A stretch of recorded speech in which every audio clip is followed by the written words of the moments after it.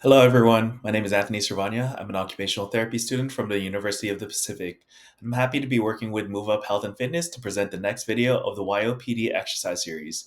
Today, we'll be talking about caregiver support. And as always, before we begin, I'd like to go over this disclaimer and safety notice. The following video is intended for general wellness and educational purposes only. It is not a substitute for medical advice, diagnosis, or individualized therapy. Always consult with your physician, occupational therapist, or healthcare provider before beginning any new exercise program, especially if you have a medical condition such as Parkinson's disease.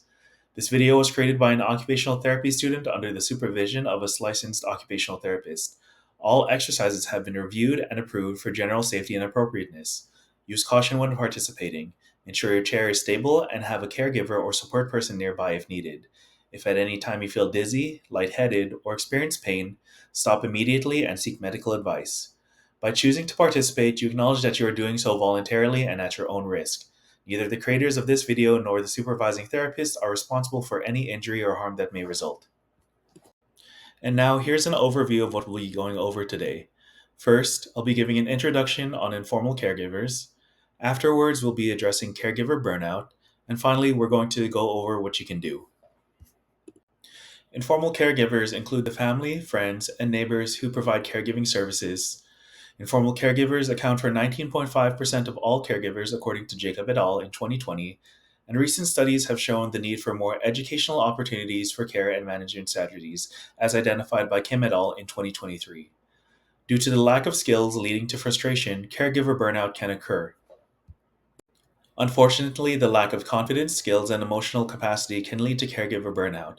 According to the Cleveland Clinic, this can yield symptoms such as emotional and physical exhaustion, withdrawal from friends, family, etc., apathy, changes in weight, appetite, or sleep patterns, inability to concentrate, increased irritability, or frustration towards others. And now, at this point, you may be wondering, what can we do? According to the National Institute on Aging, they recommend increased activity, eating well, prioritizing sleep, reaching out for support, taking a break, and being kind to yourself. As with all other videos in this series, staying healthy is key. Making sure you stay safe and healthy is the first step to ensuring that you can continue to provide care.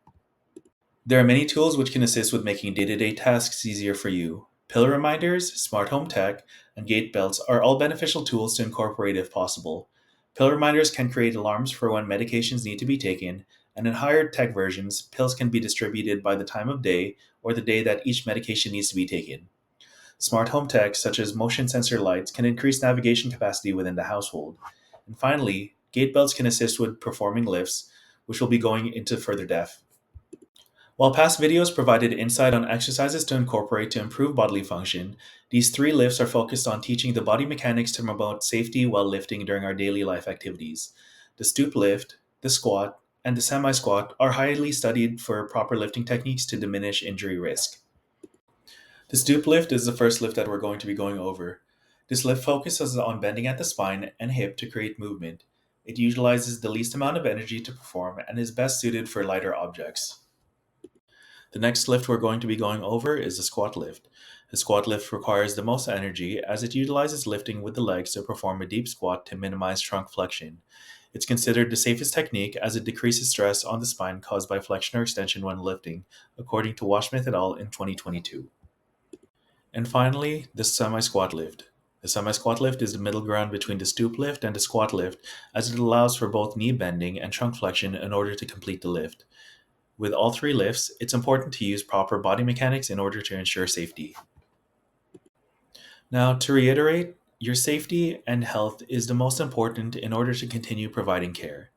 Developing a workout routine and partaking in emotional regulation techniques are not only beneficial for individuals who are experiencing young onset Parkinson's disease, but also for the caregiver or support person in preventing burnout. If ever you feel difficulties, always remember that you can ask for help or use tools such as the ones presented to make caregiving easier. As always, thank you for watching this week's video. If you're interested in downloading these slides or reading more about the information provided, check out the Google Drive link in the description.